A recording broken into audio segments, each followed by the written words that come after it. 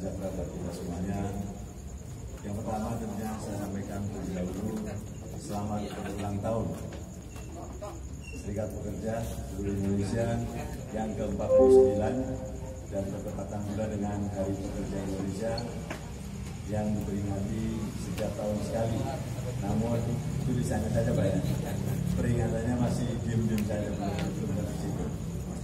Bapak dan Ibu yang saya hormati, tentunya paling utama saudara kita pimpinan Konfederasi Bapak Abdullah yang senantiasa mengingatkan kepada saya untuk bisa berjalan bersama-sama, dan juga Ketua KEP Bung Jen Matawali, dan juga Bapak Sekjennya Pak Fajar, dan juga rekan-rekan semuanya yang ada di sini dari teman-teman Serikat Pekerja dan juga undangan yang lain. Kemudian yang mewakili Polres Kabupaten dan Kota juga yang sudah hadir. Selamat malam Pak. Kemudian dari Dinas Tenaga Kerja, Ibu selamat malam, Kabupaten dan Kota yang tentunya hari ini juga mudah-mudahan bisa ikut mendengarkan, merayakan semuanya acara ini, dan juga sahabat-sahabat semuanya dari PUK yang sudah ada di sini. Mudah-mudahan pada malam hari ini kita senantiasa diberikan satu kemudahan dan kesehatan yang prima ya. Kenapa? Karena saat sekarang ini merupakan hari yang sangat mencekam rasanya, karena Omikron tadi itu sudah mulai berkembang, dan di kantor saya yang kecil pun sudah ada sekitar 5-6 orang yang kena Pak. Jadi saya merasa miris sekali dengan kondisi yang demikian, dan ini mungkin salam saya juga yang paling utama adalah salam sehat, dan mudah-mudahan ini menjadi sebuah catatan bagi kita semuanya bahwa ke depan tentunya kita juga harus mulai belajar bagaimana menjaga diri kita dalam sehat dan selamat, dan itu menjadi bagian yang utama. Bapak dan Ibu yang saya hormati, pertama-tama kita panjatkan puji dan syukur dan Allah Subhanahu wa taala. Tuhan Yang Maha Esa yang begitu banyak memberikan nikmat dan karunia kepada kita semuanya, sehingga pada malam hari ini kita masih diberikan kesempatan untuk bersilaturahim dalam rangka memperingati hari ulang tahunnya Serikat Pekerja ke-49, dan juga tentunya selawat dan salam kita tidak pernah lupa sampaikan kepada junjungan kita Nabiullah Muhammad SAW beserta keluarga, sahabat dan para pengikutnya, termasuk kita semuanya insya Allah di yaumil akhir nanti mendapatkan sahabatnya. Amin ya rabbal alamin. Bapak dan Ibu yang saya hormati, menjadi menarik sebetulnya persahabatan pengusaha dengan pekerja ini tidak akan pernah putus. Kenapa? Karena memang adanya di situ sama-sama. Kalau ada pekerja pasti ada pengusaha, ada pengusaha ada pekerja. Itu sudah hukum alam yang pun tidak mungkin akan bisa dilepaskan. Cuman yang menjadi permasalahan sekarang ini, sampai dengan hari ini kalimat harmonis, dinamis, berkeadilan, saya nambahin satu Pak, berkelanjutan, ya kan?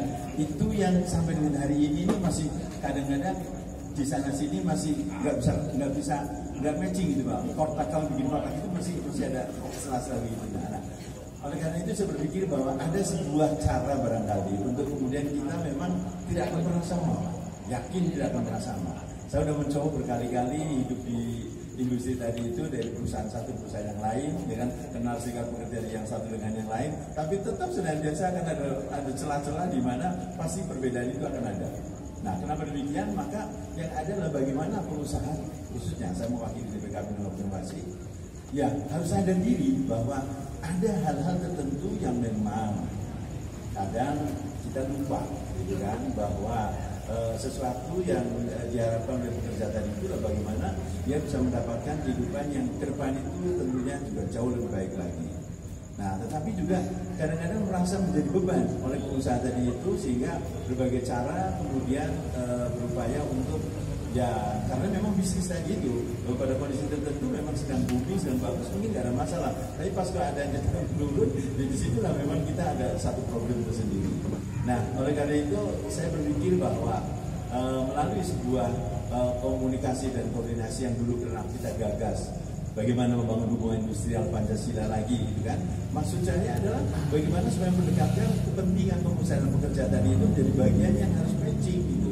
Nah, matchingnya memang tidak mungkin akan 100% full, tetapi kekurangan di sana sini kita bisa memahami. Kekurangan pekerja seperti apa kami memahami, kekurangan pengusaha seperti apa bisa dipahami. Itu sebetulnya yang kami gagas dari sejak tahun sebelumnya Pak Budaya, itu ingin ke sana, lebih mendorong ke sana gitu. Karena jujur kalau misalnya sekarang kita bicara informal, betapa sulitnya, sulit sekali, karena memang kita juga terbelenggu dengan sebuah kebijakan yang sifatnya nasional. bukan hanya ke daerah tapi bersifat nasional. Contoh misalkan kita bicara bagaimana tentang tadi itu dikatakan Bu Fajar bahwa ada lahirnya Omnibus Law dan kemudian diikuti dengan aturan turunannya dan sebagainya sehingga sekarang tidak ada UMSK tidak ada dan upah juga tidak naik. Tetapi yakin bahwa yang disebut dengan evaluasi, yang disebut dengan general increasement tadi itu akan selalu ada di dalam perusahaan dan itu pasti akan diberikan. Dan besarannya pun sebetulnya juga mungkin bisa lebih dari itu kalau memang perusahaan pada saat tersebut itu profitnya bagus di situ. Nah, oleh karena itu bagaimana supaya profit itu juga kelihatan dari pekerja, koordinasi tadi hubungan industrial yang baik tadi itu antara pekerja pengusaha saling dekat, jadi saling tahu bahwa bulan ini produktivitas bisa mencapai sekian sehingga wajarlah kalau setiap bulannya seperti ini maka tahun depan pasti kemungkinan akan angkanya menjadi seperti ini. Jadi terlepas dari aturan yang di luar pun pada dasarnya perusahaan punya kewajiban untuk menaikkan itu. Betul itu Pak. Jadi nggak mungkin lah kalau misalkan seperti halnya saya katakanlah 2022 saya tidak akan menaikkan upahnya pekerja. Kenapa? Karena tidak ada kenaikan upah UMK misalnya seperti itu. Nggak mungkin Pak, karena kinerjanya pasti akan menurun. Nah ketika kinerja menurun, apa yang kita mau jual? Nggak ada nilai Pak. Ya, katakanlah saya menambah misalkan ya kan jumlah dengan 500 juta, 300 juta kenaikan satu bulannya, tetapi kita kehilangan order yang segitu besar. Kenapa? Karena produktivitasnya menurun. Kenapa menurun? Ya karena mereka itu tidak merasa puas dengan upah yang diberikan. Sebetulnya itu gitu. Nah, karena itu kalau pendekatan melalui hubungan industrial tadi itu bisa berjalan baik, yakin sekali bahwa itu bisa tercapai gitu. Meskipun aturan di luar itu mendorong untuk kemudian tahun ini nggak ada upah, ya memang kayak gitu dan kenaikan ya. Tetapi tiap perusahaan punya kebijakan dan polisi sendiri dan actualnya pada saat sekarang ini pun saya juga menanyakan beberapa perusahaan, sebagian besar menaikkan upah. Ya range-nya berbeda-beda, ada yang 3, 4, 5 range seperti itu, tapi tetap semuanya ada. Karena itu termasuk bagian yang disebut dengan general inclusion tadi itu untuk meningkatkan bagaimana kinerja lebih baik lagi. Oke, yang pertama. Yang kedua begini Pak, bahwa tadi memang disinggung banyak hal terkait dengan bagaimana peran guru pada saat sekarang ini. Memang saya sendiri juga merasa nelongso gitu Pak. Jadi memang gimana ya? Sekarang tadi disampaikan bahwa umur 55 tahun baru boleh pegang namanya JHT gitu Pak ya. Nah bayangin aja kalau baru 35 tahun udah pensiun, udah nyari kerja lagi. Susah tuh pengen jualan bubur, jualan apa nggak bisa kan. Terus gimana gitu kan ya. Ya memang dipahami betul Pak. Nah oleh karena itu saya sekarang itu berpikir bahwa betapapun kita itu berteriak sekeras-kerasnya, tapi karena mungkin yang diberikan oleh tingkat nasional tadi adalah republik yang segini besarnya kayak gitu, mungkin apa yang menjadi gagasan kami di level yang kecil di kabupaten itu mungkin juga tidak bisa terdengar sampai ke sana Pak. Dalam pengertian bahwa ya memang ada nilai, tetapi jauh lebih yang mulai nilai tadi itu yang lebih besar lagi. Nah saya berpikir sebenarnya sejak dari awal bahwa bagaimana meningkatkan kompetensi di tiap-tiap perusahaan tadi itu untuk pekerjaannya ini menjadi sangat penting kalau menurut saya. Dalam rangka menghadapi keadaan seperti sekarang ini, di mana kita dituntut dengan berbagai hal terkait dengan kompetensi tadi itu, maka tidak ada pilihan lain lagi bahwa apa yang disebut kompetensi sertifikasi tadi itu menjadi bagian utama bagi perjuangan buruh di masa yang akan datang. Jadi artinya bahwa ketika kita memiliki anggota di sebuah perusahaan katakan 500 orang yang sudah masa kerjanya 5 tahun, 10 tahun, 15 tahun tadi itu mesti harus tersusun dengan rapi bahwa kompetensi itu harus mulai berjalan gitu Pak. Itu yang kami harapkan bisa dikomunikasikan dengan tiap-tiap perusahaan. Kami Apindo pasti akan mendukung itu. Artinya bahwa mendukung itu dalam pengertian bahwa sosialisasi terkait dengan hal itu pasti kita akan mendorongnya agar tiap-tiap perusahaan tadi itu bicara mengenai kompetensi untuk anggota serikat pekerja tadi itu menjadi bagian yang utama gitu. Nah harapannya ketika mereka itu sudah memiliki apa yang disebut dengan sertifikasi tadi itu tentunya jauh lebih efektif ketika satu saat dia meninggalkan perusahaan atau katakanlah satu saat ada masalah dengan perusahaan, karena dengan mudahnya dia akan berpindah ke tempat yang lain lagi untuk menggunakan sertifikasi yang dia miliki itu. Nah ini mungkin sebagai satu cara yang harus kita mulai pikirkan hari ini dan kedepannya bagaimana kita itu bisa sampai ke sana. Ini menurut kami penting Pak, karena memang ke depan tentunya juga pada saat kita rekrutmen di dalam perusahaan tadi itu saya beberapa kali menemui teman-teman, ada 2 orang, katakan satu itu S1 sarjana semua dua-duanya, tapi yang satu itu memiliki skill yang khusus, katakanlah dia ahli listrik atau ahli apapun seperti itu. Nah yang diterima itu justru memberi sertifikat itu, jadi sertifikat pendamping menjadi bagian yang penting gitu. Nah oleh karena itu sangatlah kalau menurut saya kesempatan yang baik ini seandainya kita sudah mulai mendorong tiap-tiap anggota tadi itu memiliki memiliki satu BK ke depan, saya yakin ya tingkat kehidupan jauh akan lebih mudah. Dan perjuangan dari DPC mungkin itu kan dalam bicara mengenai upah dan lain sebagainya mungkin tidak seberat seperti pada saat sekarang ini. Kenapa? Karena tiap-tiap individu sudah memiliki nilai tersendiri, nilai jualnya ada. Jadi katakanlah dia ahli apa, bidang apa, ahli accounting, ahli IT dan sebagainya, pasti nilainya berbeda dengan para mereka yang tidak memiliki keahlian.